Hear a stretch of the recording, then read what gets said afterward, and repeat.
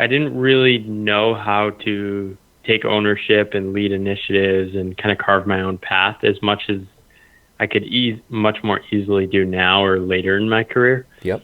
So I think there was little impatience and kind of looking for that next step and not really knowing what to do except kind of keep doing what I was doing, just slightly better.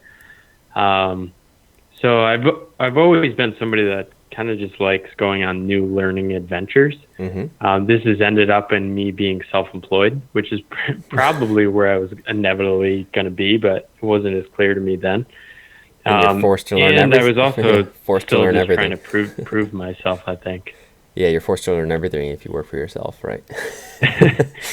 It's such a degree of learning that I totally didn't expect. Mm-hmm. So many people will say to me, like, you can do what you did because you worked 10 years in consulting. Mm-hmm. And I think maybe a year or two of the consulting helped, but I've really had to learn so much from scratch. I mean, I'm sure you know building your own thing for a while now.